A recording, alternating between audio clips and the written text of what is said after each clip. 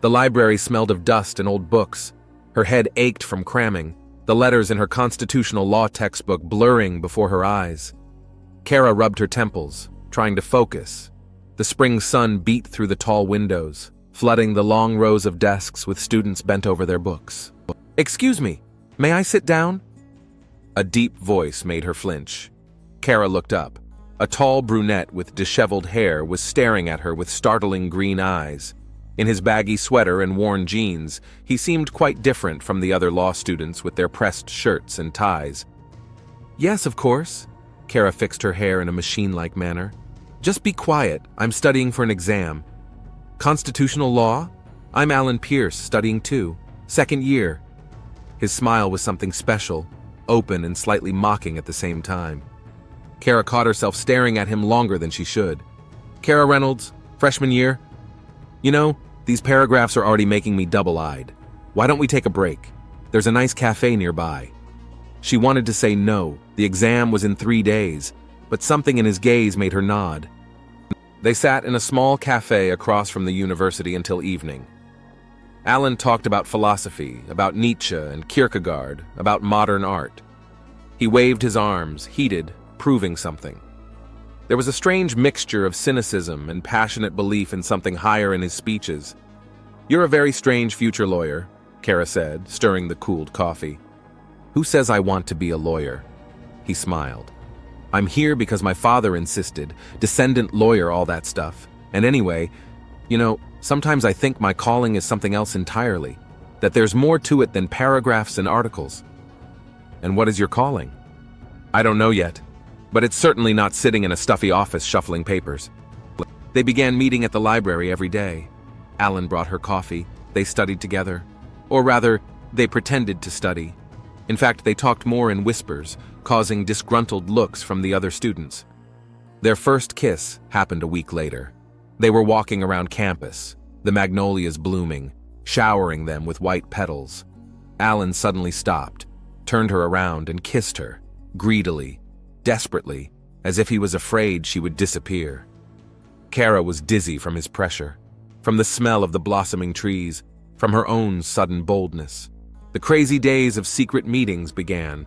Notes in textbooks, stolen kisses in empty classrooms. In the evenings, they sat in his tiny apartment near campus. Shabby walls, a mattress on the floor, bookshelves made from old crates. Alan read her poetry. They drank cheap wine from paper cups and talked about everything in the world. At times like this, it seemed to Kara that the whole world shrank to the size of this room, that nothing existed except his hot palms, his husky voice reading Baudelaire, his lips on her neck. And by day she was a diligent student, the daughter of her parents, wealthy hereditary lawyers. The two worlds, day and night, existed in parallel, not touching. That all changed when James Huntington arrived at the university. The young politician, a rising star in the state, was to lecture on the future of law. Tall, in an impeccably tailored suit from an expensive tailor, he exuded the strength and confidence of a man accustomed to command. Kara sat in the front row. Her father was one of the sponsors of the event. James spoke of reforms, of plans, of the future.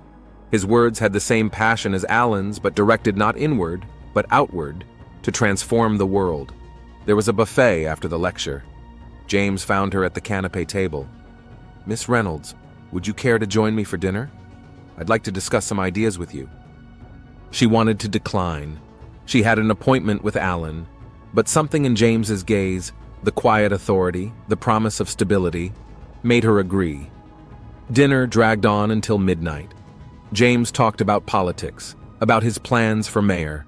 He was 10 years older than her, but that difference only added to his charm. The next morning she found a huge bouquet of white roses on the table in her apartment and a note inviting her to the opera. And in the evening she kissed Alan, feeling like a traitor. "Something's changed," he said one day, watching her dress. "I can feel you leaving." "Nothing's changed," she lied, avoiding his gaze. But things were changing. Expensive restaurants with James were replaced by passionate nights with Alan. The two worlds, the public and the secret, were tearing her apart. That night she found Alan in the university chapel. He sat alone in the semi-darkness, staring at the crucifix. In the dim candlelight, his face seemed carved from stone. "I'm marrying James," she said, sitting down beside him. He didn't turn around. Only his fingers, thumbing the rosary, turned white with exertion. "I knew," he answered quietly. "Knew from the beginning. People like you don't stay with people like me." "Alan, don't, just go." That was the last time she saw him. He wasn't at the wedding. Kara danced with her husband, smiled at the guests, and carried a flask of whiskey in her small Louis Vuitton purse, her only defense against reality. A month later, she learned that Alan had entered the seminary. "An odd choice for a lawyer," James remarked over breakfast, looking through the newspaper. Kara remained silent. She knew. It wasn't a choice. It was an escape. That night, she drank herself into oblivion for the first time in her and James's new home. In the morning, she put on lipstick, pearls, and went to a charity event, the flawless wife of a young politician. She'd learned to live with that emptiness inside, almost learned. The wedding was held at St. Michael's Episcopal Church, the Huntington family's favorite church. Stained glass windows flooded the nave with multicolored beams. The organ filled the space with solemn music. Kara stood before the altar, feeling her knees tremble. 300 guests, the cream of Miami society, watched her every move. "Do you agree?" The priest's voice seemed to come from far away. Kara looked at James's hands, the strong, confident hands of a man who always knew what he wanted. "I agree." Her voice sounded unexpectedly firm. The reception was held at the Biscayne Bay Club. Lavish rooms, champagne flowing, an orchestra playing jazz. James never left her side, introducing her to the right people. Senators, judges, businessmen. They were all part of her new life now. "You're brilliant," James whispered as he twirled her around in a dance. "They're all in awe of you. Honeymoon in the Maldives, white sand, turquoise sea, perfect photos for the society pages." James worked in the evenings. Even here he couldn't get away from politics. And Kara sat on the terrace with a glass of wine, watching the sunset and thinking about Alan. She'd learned of his tonsure by accident. She'd stumbled across a small article in the newspaper. St. Paul's Seminary, one of the strictest monasteries in the state. Life swept her up in a whirlwind of secular duties. Fundraisers, receptions, exhibition openings. She learned to smile at the right people, to say the right things, to be the perfect politician's wife. Their new home in Coral Gables looked like a picture from a magazine. White columns, immaculate lawn, designer furniture. Every morning started the same way. James going through the papers at breakfast, discussing the day's plans with her. She felt like an actress in a perfectly choreographed play. "The opening of the new temple today," James said one morning. "We should go, show up. The church is an important part of our constituency." She froze with a cup of coffee in her hands. "Which temple?" "The Church of the Holy Redeemer. There's a new pastor there. They say he's very charismatic. It would be good to get his support." She knew what she'd see there. Knew, but she still wasn't ready. Alan stood at the pulpit, wearing a black robe, a cross on his chest. He had changed, gaunt, sterner, but his eyes were still the same, piercing green. Their gazes met for a fraction of a second. She saw his fingers trembling, clutching the Bible. "Brothers and sisters," his voice, deep and sonorous, filled the church. "Great sermon," James said after the service, shaking Alan's hand. "My wife and I will certainly become members of your church." "I'd be glad to," Alan replied. His hand was cold. At home, she stood under the shower for a long time, trying to wash away the memories. But they kept coming back, his voice, his gaze, the occasional touch of fingers in a handshake. In the evening, she couldn't take it anymore. She arrived at the church when it was dark. Alan sat in the empty church, just as he had then, in the university chapel. "Why did you come?" he asked, without turning around. "I had to go away, Kara. I made my choice. You make yours." But she came back a week later, and two. They talked, long evenings in an empty church, about life, about God, about choices. Only they talked. He didn't touch her, kept his distance. By day, she was the perfect Mrs. Huntington. She opened charities, gave interviews to glossy magazines, glittered at receptions. James was talking about running for mayor. Life just kept rolling along. She'd almost convinced herself that everything was right, that it was possible to live a double life of being the perfect wife by day and coming to an empty church at night. Almost believed that such a balance could last forever. She was wrong. The heavy door of the city council leader's office closed behind the last visitor. James leaned back in his chair, loosening his tie. Tired? Kara came up behind him, putting her hands on his shoulders. Crazy day. The election campaign is taking its toll. She kissed his temple, a familiar gesture honed over 15 years of marriage. James caught her hand, squeezed it gratefully. What would I do without you? She drove through the deserted streets in the evening, parked a block away from the church, an old habit. The lights were on in the small apartment above the church office. Alan was waiting for her, as he always did on Wednesdays, as he had every week for the last 10 years, ever since she hadn't left his office one night. I missed you, he pulled her to him, burying his face in her hair. His touch still made her as dizzy as the first time. Then they lay on the narrow bed, their bodies intertwined. Alan absently stroked her shoulder. What are you thinking about? About us ruining each other. She remained silent. What was there to say? Both knew. What was between them couldn't end well. The phone vibrated. James. Where are you, darling? I got back early. At the charity committee. I'll be there soon. Alan pulled her closer. Stay. You know I can't. I know. Just like I know you'll come back anyway. He was right. She did come back. Every week, every month, every year. It had become part of her life, being the perfect politician's wife and the priest's secret mistress. By day, she shone at receptions, supporting her husband, charming the right people.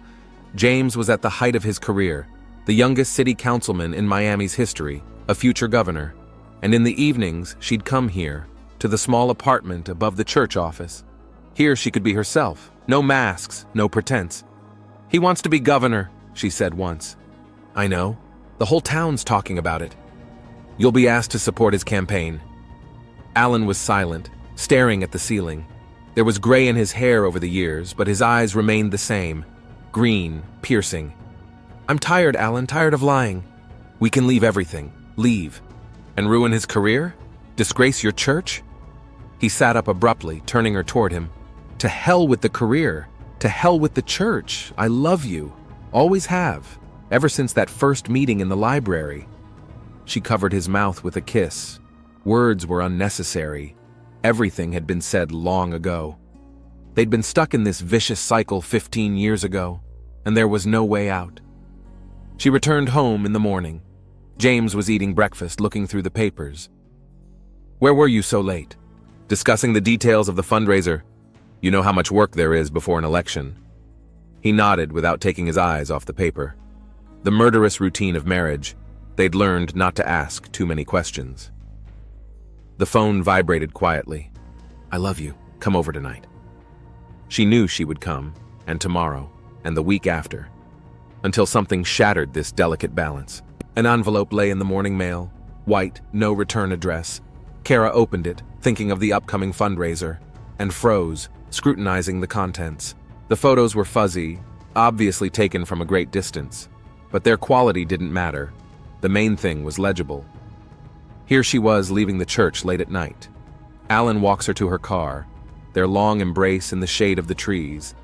Another shot of them together in his apartment above the church office, at the window, and even from a distance you could see that this was not just a friendly encounter. Attached to the photos was a computer-printed note. $2 million, cash. Get instructions later, or these pictures will end up in the press. Her hands shook so violently that the envelope fell out. Kara sank to the floor, leaning against the wall. One thought was bouncing around in her head. They'd been caught. 15 years of caution, 15 years of carefully kept secrecy, and it all came crashing down. Honey, are you home? James's voice made her flinch. She hurriedly stuffed the envelope into her bag. Yes, in the bedroom. James peeked in, radiant, wearing a new suit. How do I look? Important meeting with potential sponsors today. Fine. Her voice sounded almost normal. You always look beautiful. He pecked her cheek and walked away, and she sat on the edge of the bed, clutching her cell phone in her hands. dialed a familiar number. "We need to meet. Urgently." Alan was waiting for her in his office. She silently handed him the envelope, watched his face change at the sight of the photos. "Jesus," he sank into a chair. "We've been followed. What are we going to do? You have that kind of money?" Kara shook her head. "All the accounts are shared with James. I can't withdraw $2 million without giving a reason. I have savings." "No," she stood up abruptly. "Church money is not to be touched. Absolutely not." He caught her arm. "Then what? Let them ruin our lives?" She released her fingers, walked over to the window, looking out at the church garden below. "Maybe it's time to call it a day." "You don't mean it." "More than that. James is on the cusp of the governorship. If this gets out—" 15 years, Kara." His voice shook. 15 years I've loved you. Every day I start with the thought of you. Every night I fall asleep remembering your scent. I can't lose you." The next day, a second letter arrived. Same white envelope, same typewritten text. New photos, them together in his car, her hand on his knee, and a short demand: "Time is running out. Wait for instructions." She was sitting in her dark bedroom that evening when the third letter arrived. James was at a campaign event. The house was empty. With trembling hands, she opened the envelope. "Last warning. $2 million, or tomorrow the pictures will be at your husband's house and in every newspaper in the state." She dialed Alan's number. What to do? "Get over here, immediately." Only the desk lamp was lit in his office. Alan looked 10 years older. "I'll get the money," he said. "Sell the house, take out a loan." "No," she shook her head. "We both know it won't end there. We pay now, they'll come again." "So what do you suggest?" "I don't know." She sank into a chair. "I really don't know." He knelt in front of her, took her hands in his. "We'll get through this. Together." She looked into his eyes, still the same green, piercing, beloved ones, and realized she wasn't ready to lose him, no matter what it took. "Together," she repeated. "No matter what happens." The morning began with a new letter.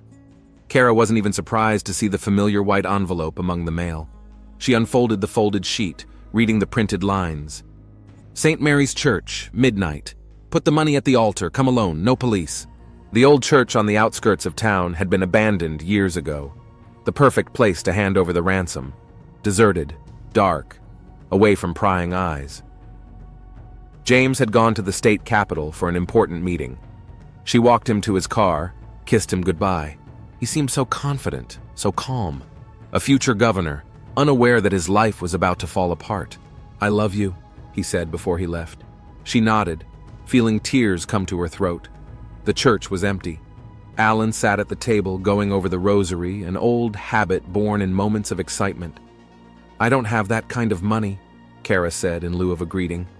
"I know you don't." "Neither do I." She sank into the chair across from him, scrutinizing his face. Her favorite face, every wrinkle familiar, every look understood without words. "What are we going to do?" "There's an option." He was quiet. "I can take money from the church treasury, temporarily, then sell the house, pay it back." "No, don't even think about it." "Then there's only one thing left to do." He looked up at her. "Run away. Together. Right now." "You're out of your mind." "Maybe I am, but I can't live like this anymore, Kara. In constant fear, in perpetual lies. Let's leave. We'll start over." She looked out the window at the church garden. Autumn had dyed the leaves gold. The wind chased them along the paths. For 15 years she had come here, happy, guilty, in love. "What about your parish, your ministry?" "To hell with ministry. I've been serving only you for a long time now." He stood up, walked up behind her, put his hands on her shoulders. She covered his fingers with hers. "We can't, Alan. You know we can't." "We can. Just say yes." She shook her head. Standing up, she turned to him. "I'm going to St. Mary's. Alone. It's dangerous. We have no choice." He pulled her to him, hugged her tightly. She snuggled her face into his shoulder, breathing in the familiar scent of incense and cologne. "I'm coming with you." "No," The letter clearly states I must be alone. Then at least take this. He held out a small silver cross to her. For protection. She smiled, putting on the chain. You know I don't believe in such things. I do believe in it, though. God, Kara, I love you so much. The last kiss came out salty with tears. She didn't know if they were his or her own. It's going to be okay, she whispered. I promise. That evening she stood under the shower for a long time, as if trying to wash away her fear. Then she dressed carefully. Dark pants, comfortable shoes. No jewelry except Alan's cross. At midnight, she pulled up to St. Mary's Church. The old building was black against the starry sky, empty windows staring blindly into the darkness. She fixed her cross, took a deep breath, and pushed open the heavy door. St. Mary's Church seemed like an abandoned crypt in the moonlight. Kara had left the car a block away, a last habitual precaution. In her bag was money, everything she'd managed to scrape together in these crazy days. $1.5 million wasn't enough, but maybe the blackmailer would settle for less.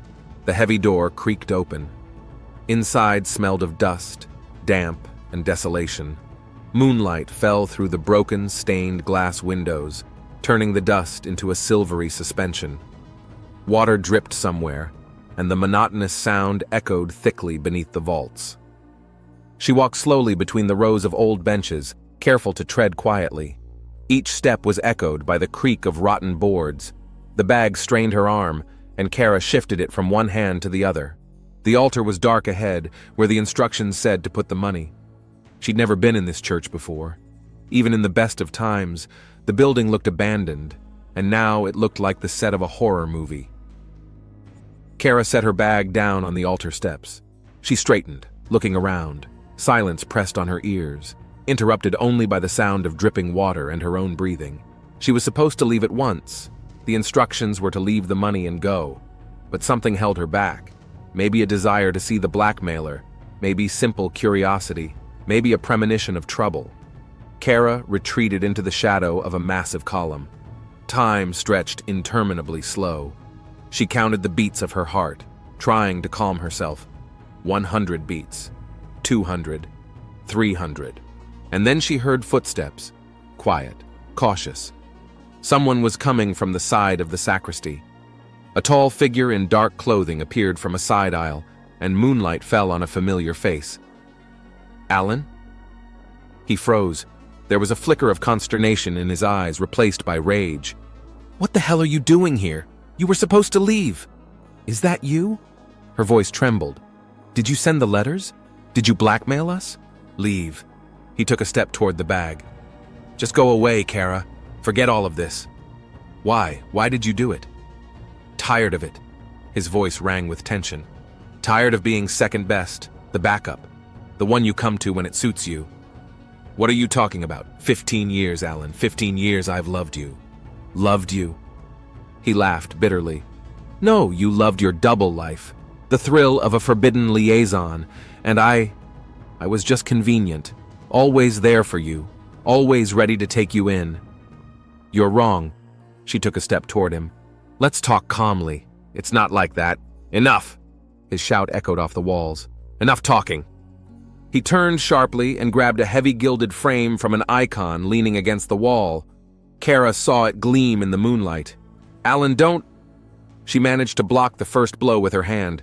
Years of self-defense classes worked on instinct. A sharp pain pierced her wrist. The second blow knocked her to the ground. She fell, hitting her head on the marble steps of the altar. Stop, please! There was madness in his eyes. He could no longer hear. He couldn't see. The frame rose and fell, rose and fell.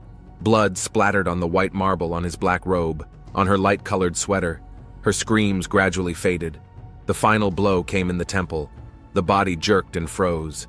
Alan stood, breathing heavily.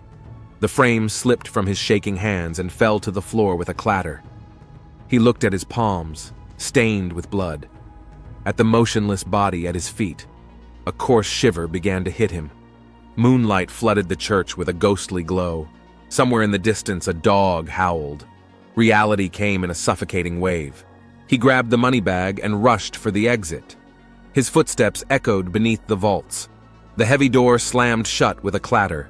The body of the woman he had loved for 15 years was cooling in the old church of St. Mary's.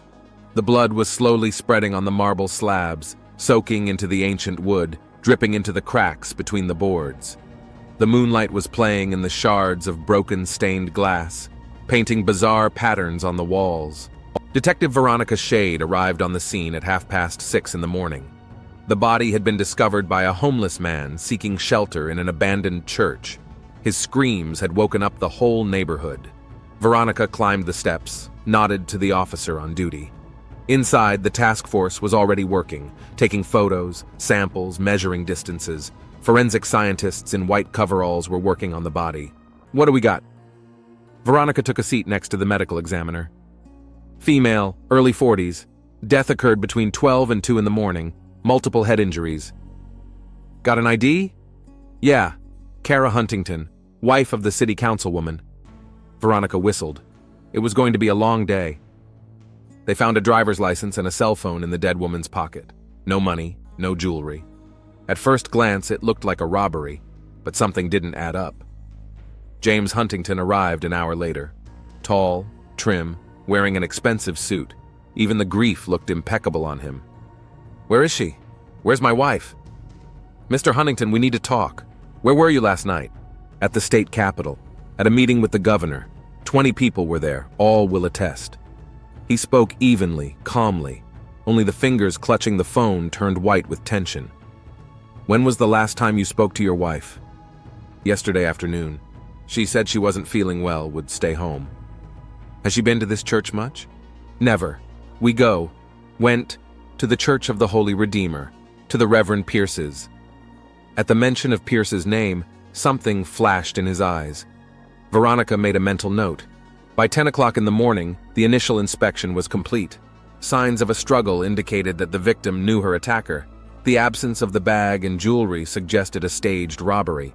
"Find me Reverend Pierce," Veronica rallied the team. "I want to talk to him." She stood at the altar looking at the bloodstains on the marble. What had brought Kara Huntington to this abandoned church? Why had she come alone at night? The victim's cell phone was blocked, but techs were already working on it. Maybe answers would be found there. "Boss!" A young officer ran into the church. "Reverend Pierce isn't here. He hasn't shown up at the church since yesterday, and his car was caught on the cameras, leaving town at 1 o'clock this morning." Veronica looked at the blood trail on the floor, at the victim's broken fingernails. She was desperately fighting back. The story was beginning to take shape, a very unpleasant shape. "Put an APB out on Alan Pierce. Now!" Veronica leaned over the bloody frame. Heavy with sharp edges, it lay on the floor next to the body. Blood-spattered wood, corners chipped off obviously from hard blows. In some places, the victim's hair was stuck to the gilding. A massive frame like this could kill a man with just a few blows to the head. "Is this the murder weapon?" she asked the medical examiner. "It looks like it. The nature of the injuries is consistent. A heavy object with right angles." Veronica walked carefully around the frame, careful not to step in the pools of blood. Moved her gaze to the altar. "Tom, come here," Veronica waved at the CSI. "What do you think?" They leaned over the altar. A rectangular footprint was clearly visible in the thick layer of dust. Someone had recently placed something heavy here. "Looks like a bag." Tom took a careful picture of the print. "And the pattern on the bottom, look, there's some kind of pattern here." "A designer thing." Veronica looked closely at the photo. "It's a pattern I've seen on Gucci bags." "Could the victim have one of these?" "Given her status, quite possible. Just where is she now?" Veronica looked around the church. The bloody frame at the altar, the signs of a struggle, the imprint of the bag. A picture was forming, but there was still a lack of detail. "Check cameras within a mile radius," she straightened. "Especially the ones pointed at the roads out of town. And find the victim's car. It's got to be parked somewhere." "Already on it, boss. But it's a big neighborhood. It could take a while." "We've got time." Veronica took another look at the bag trail. "Reverend Pierce doesn't." The Huntingtons' home in Coral Gables greeted Veronica with a sepulchral silence. James silently escorted her and the forensics team into his wife's bedroom. "Is anything missing?" Veronica asked, looking around the perfectly cleaned room. James opened a massive closet, pulling out a jewelry box. There are a few things missing. The diamond necklace is a wedding gift. Emerald earrings. This is weird. Her family ring. She never took it off. And the bags? Any expensive bags missing? Yes, now that you ask. He frowned. Gucci's latest model. Kara bought it a month ago. Can you describe it? Black with the brand embossing on the bottom. It cost an insane amount of money. Veronica pulled out her phone, showed a picture of the footprint from the altar. Does it look like this pattern? James took a closer look. Yeah, exactly the same. Is that her bag? It might be. Mr. Huntington, we need to look through her things, especially papers, letters. A desk drawer revealed envelopes. White. No return address. Inside were printer-printed demands and photographs. She was blackmailed. Veronica spread the letters out on the desk. $2 million. What? James turned pale. Why didn't she say anything? Good question. Forensics packed the letters into evidence bags. Handwriting analysis was unlikely to yield anything. The text was printed on a regular printer, but maybe analyzing the paper would help. Boss, one of the officers showed her the bank statements. She withdrew almost $1 million in the last month and pawned jewelry. Collected the ransom. Veronica looked at the photos.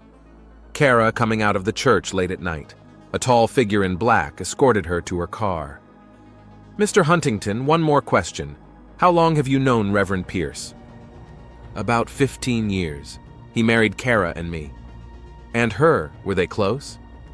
The usual relationship, pastor and parishioner. Veronica looked at him carefully. James held his gaze.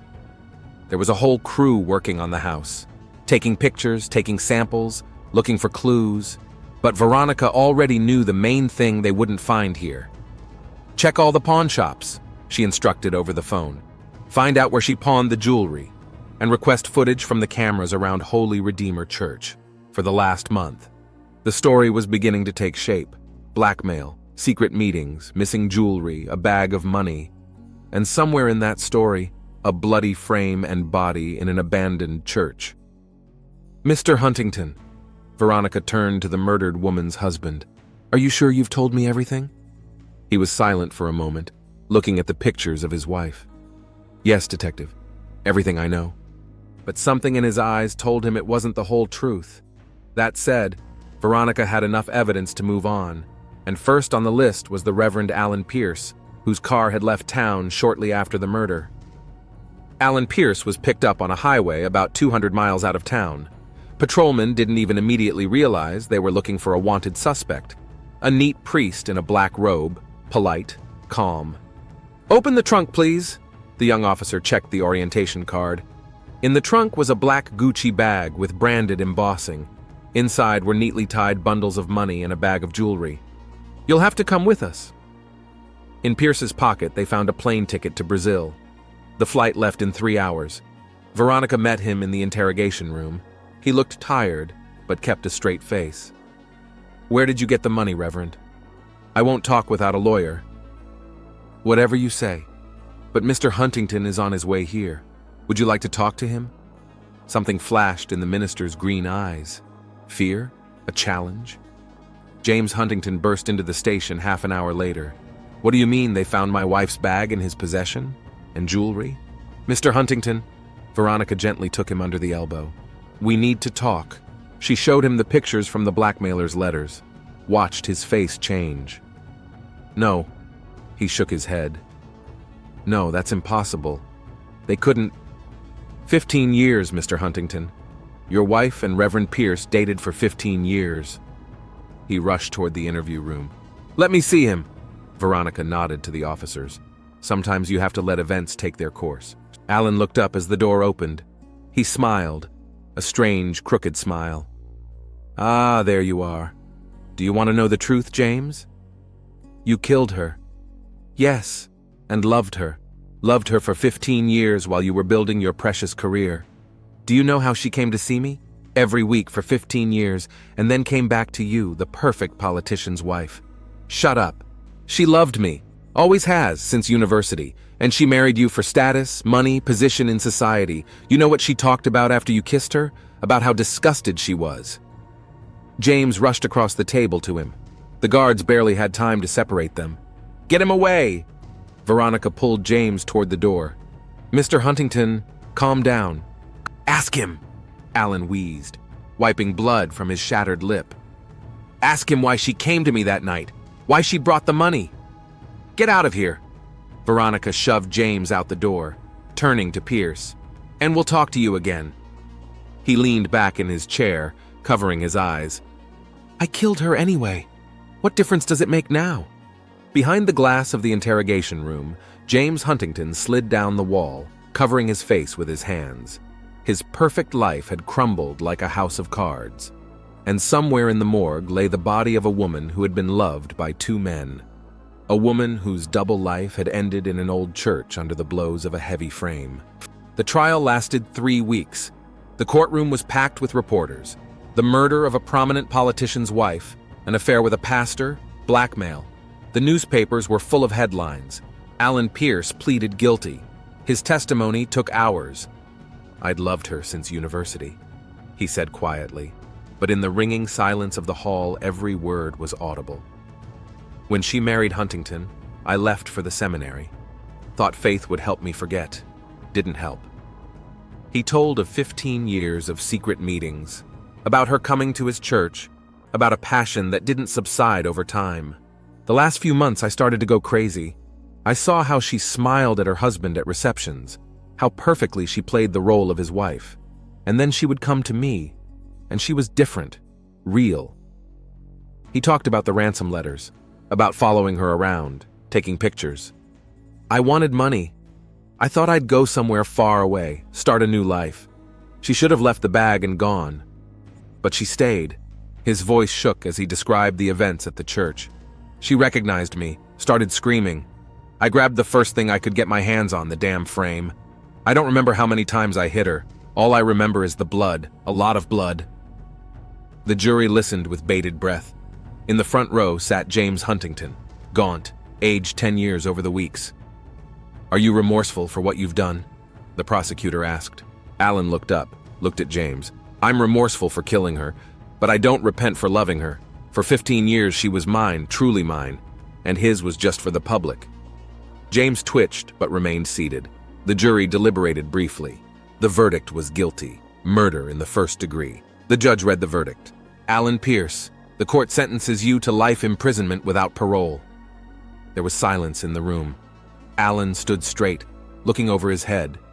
As he was being led out, he stopped next to James. "She loved me," he said quietly. "Always loved only me." The guards led him away. James remained seated, staring into the void. Veronica Shade was gathering paperwork. The case was closed. The killer had been found and convicted, but something was bothering her. That evening, she drove to St. Mary's Church. She stood at the altar where the body had been found. The bloodstains had long since been washed away, but she still thought she could see them. Something familiar flashed in the semi-darkness. She stepped closer. On the wall hung an old photograph of the church in its heyday, and that very frame, with an icon of the Virgin Mary inside. 15 years of love and lies, 15 years of a double life, and it all ended here, in the dust of an abandoned church, under the blows of the frame from the icon that once gave blessing. The circle had closed. Alan Pierce was taken away to a maximum security prison. James Huntington retired from politics and left town, and the story of love, betrayal, and death became a legend, whispered about in the town for years to come. But only 3 people knew the truth. One was dead, one was in prison, and one was trying to forget.